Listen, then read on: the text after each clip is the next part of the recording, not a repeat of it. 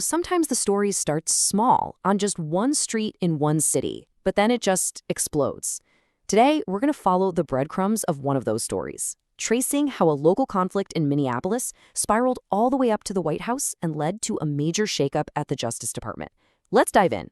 So that's the big question, right? How does that even happen?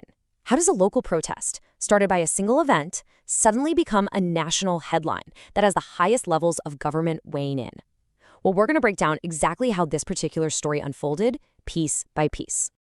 Okay, so let's set the scene. We're in Minneapolis. It's 1 week after the fatal shooting of a woman named Renee Good, and the city is tense. I mean, you can feel it. There are daily clashes happening between protesters and federal agents from ICE, the U.S. Immigration and Customs Enforcement Agency. And this wasn't just a small thing. The numbers really tell the story here. We're talking about at least 60 people facing federal charges for interfering with law enforcement. And on top of that, local Minneapolis police also arrested another 31 protesters. Yeah, these were not quiet, peaceful standoffs. The confrontations were getting really intense. Federal officers were using things like flashbangs and other crowd control tactics to try and break up the crowds and make arrests. And this was all happening right outside the federal detention center. And this is where you really see the two sides digging in. It's fascinating because they're looking at the exact same action and seeing completely different things. On one hand, you've got activists with these ear-piercing whistles. For them, it's a tool, an alert system to rally their citywide anti-ICE network whenever they spot agents. But then you look at it from the Border Patrol's point of view. They see it as incredibly dangerous. They're saying, look, these protesters are interfering no matter what. They have no clue who we're arresting. It could be for anything, even for a serious crime like child molestation or murder.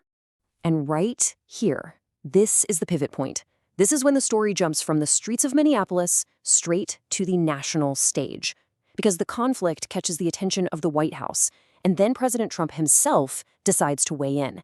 So in an interview, the president actually speaks directly to Renee Good's father. And his words are, well, they're really interesting. He starts with this message of unity, right? He says, "I love all of our people." But then, almost immediately, he shifts and highlights the political divide, making it crystal clear that he knows the father is a political supporter.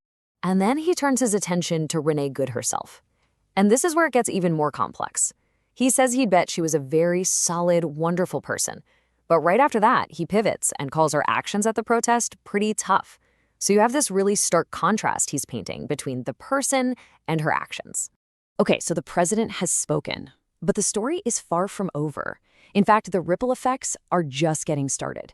Because back in Minneapolis, things are getting shaken up in a big way inside the U.S. Attorney's Office. We're talking sudden, really significant changes.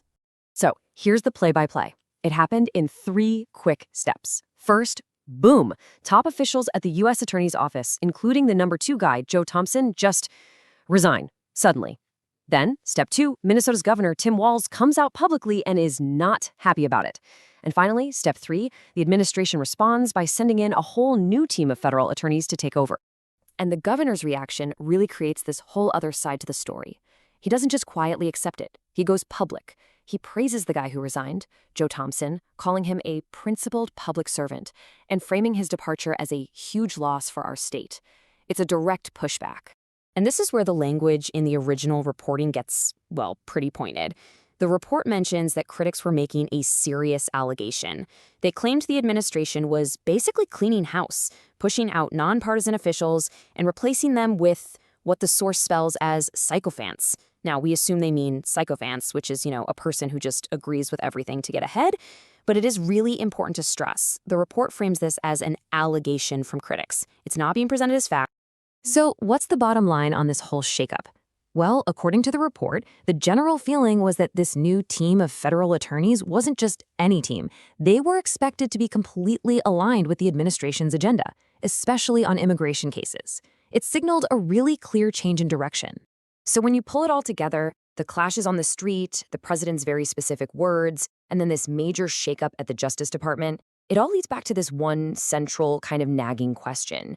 Where is the line between federal law enforcement doing its job and a political agenda being pushed? That's the big question this whole story really forces you to grapple with.